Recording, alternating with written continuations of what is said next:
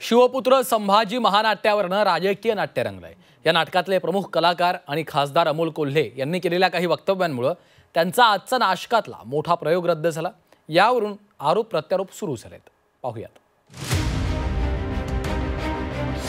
शिवपुत्र संभाजी महानाट्यावरून कोल्हे विरुद्ध भाजप। नाटकातील कार्यक्रम पहिल्याच दिवशी रद्द।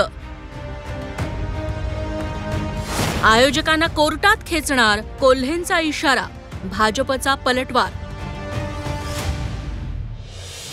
राष्ट्रवादी काँग्रेस शरद पवार गटाचे खासदार आणि कलाकार डॉक्टर अमोल कोल्हेंचं शिवपुत्र संभाजी महानाट्य नाटकात होणार होतं। मात्र पहिल्याच दिवशी हे नाटक रद्द झालं आणि त्यावरून वाद सुरू झालाय।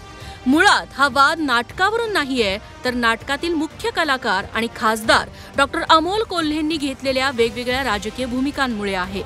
अमोल कोल्हेंनी संसदेत वक्फ दुरुस्ती विधेयकाविरोधात मतदान केलं।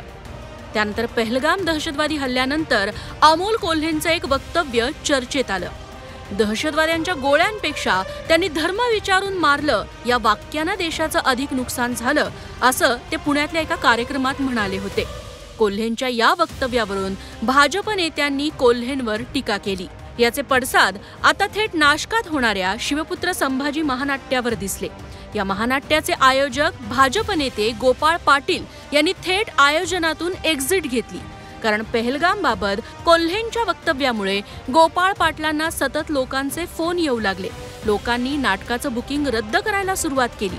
आर्थिक नुकसान टाळण्यासाठी आपण माघार घेतल्याचं गोपाळ पाटील यांनी सांगितलं। नाशिककरांच्या वतीनं, आमच्या सगळ्या सहकाऱ्यांच्या वतीनं मी सगळ्यांशी बोललो आणि आम्ही असं ठरवलं की खर्च खूप झालेला आहे, प्रचार प्रसारही खूप झालेला आहे, परंतु तरीसुद्धा कुठेतरी याला विचाराच्या भोवती, भावनेच्या भोवती, देशप्रेमाकरता आपण त्या बाजूला ठेवलं पाहिजे। आणि म्हणून आम्ही निर्णय घेतला। काल कोल्हे साहेबांशी मी खूप त्यांच्याशी बोललो, त्यांना चर्चा केली, बनवणी केली, परंतु ते त्यांच्या मुद्द्यावर अडीक आहे आणि ते स्वतः त्यांनी सांगितलं की आम्ही बरोबर आहोत। आणि म्हणून ह्या महानाट्याच्या माध्यमातून आम्ही काल असं ठरवलं की आम्ही सगळे याच्यातून माघार घेतो आहोत। दुसरीकडे या सर्व व्यवहारात गोपाळ पाटील यांनी आर्थिक फसवणूक केल्याचे आरोप अमोल कोल्हेंनी केले। आपलं अपयश झाकण्यासाठी चुकीच्या मुद्द्यांचा आधार घेतल्याचं म्हणत गोपाळ पाटील यांना न्यायालयात खेचणार असल्याचा इशारा अमोल कोल्हेंनी दिलाय। नाशिकमध्ये ज्या आयोजकांनी प्रयोग घेतले होते, या आयोजकांनी कोणत्याही पेमेंट टर्म्सच्या ज्या माइलस्टोन होते ते पाळले नाहीत आणि एक प्रकारे ही आर्थिक फसवणूक केल्यामुळे आणि आर्थिक असमर्थता दाखवल्यामुळे हे प्रयोग रद्द करावे लागलेले आहेत। आणि हे केल्यानंतर ज्या पद्धतीनं आयोजकांनी त्याला राजकीय रंग देण्याचा प्रयत्न केला अत्यंत दुर्दैवी आणि केविलवाण आहे आणि त्यामुळे एक मोठी आर्थिक फसवणूक या आयोजकांनी केलेली। याविषयी जी काही कायदेशीर कारवाई करायची ती प्रोसेस आम्ही सुरू केलेली आहे। महाराष्ट्र दिनी नाटकात होणाऱ्या शंभूराजेंच्या महानाट्याला खरं तर भाजप नेते गिरीश महाजन हे देखील हजेरी लावणार होते। आता हे नाट्य रद्द झाल्यानं गिरीश महाजनांनीही गोपाळ पाटलांना समर्थन देत कोल्हेंना लक्ष्य केलंय। अमोल कोल्हे यांनी जे स्टेटमेंट केलं, मला वाटतं पहलगावच्या नंतर जे आमचे 27-26 लोक त्या ठिकाणी मृत्युमुखी पडले आणि त्यांनी जे त्यांची पाठगणच करतायत, मला असं वाटतं ज्या पद्धतीचे स्टेटमेंट करतायत, त्यांचे नेते स्टेटमेंट करतायत, ते मला वाटतं फार काही लोकांना अपेक्षित नाही आहे। तर तुम्ही रोल तुम्ही संभाजीराजेंचा करायचा आणि बाजू औरंगजेबाची घ्यायची, मला वाटतं हे लोकांना अपेक्षित नाही आहे। त्यामुळे कोणालाही ते आवडणार नाही आणि जे सगळ्या हिंदुत्वादी संघटना आहेत त्यांचा त्यांना विरोध होता आणि म्हणून ते बंद केलेलं आहे। आता बिनबुडाचे आरोप ते करतायत, मलाही कळालेलं आहे, पण त्या आरोपामध्ये कुठलंही तथ्य नाही आहे।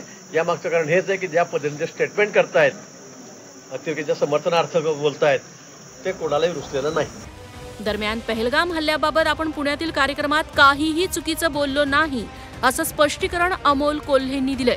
त्यानंतर पहलगामच्या संदर्भामधलं ज्या विधानाचा ते आधार घेऊ पाहतात, हे विधान पुण्यातल्या वरुणराज भिडे स्मृती पुरस्कार सोहळ्यामध्ये पत्रकारांनी खचाखच भरलेल्या सभागृहामध्ये देशहिताची भूमिका काय आहे ही मी मांडली होती। मग जे भाषण, जे मी चुकीचं केलंच नाही, पण जे भाषण मी 8:15-8:30 वाजता उभा राहिलो बोलायला, आयोजकांनी 7:15 वाजता असमर्थता व्यक्त केली, तर मग त्या वक्तव्याचं, जे चुकीचं वक्तव्यच नाही, या वक्तव्याचा त्यांनी आधार कसा घेतला हे मला समजत नाही।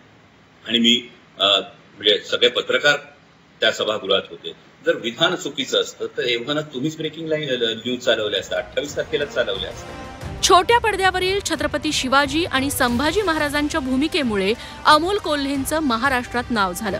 त्याच्याच बळावर ते दुसऱ्यांदा खासदार झाले. मात्र आता राजकीय भूमिकांचा परिणाम त्यांच्या अभिनय आणि नाट्य जीवनावर होतोय. त्याची आर्थिक झळही त्यांना बसतीये. एकीकडे परस्पर विरोधी भूमिकांमुळे कोल्हे विरुद्ध भाजप वाद सुरू आहे. मात्र जनता आणि प्रेक्षकही राजकारण, धर्म आणि कला यांची सरमिसळ करून एका चांगल्या कलाकृतीला मुकत आहे, हेही सत्य. योगेश खरेसह ब्युरो रिपोर्ट, झी 24 तास, नाशिक.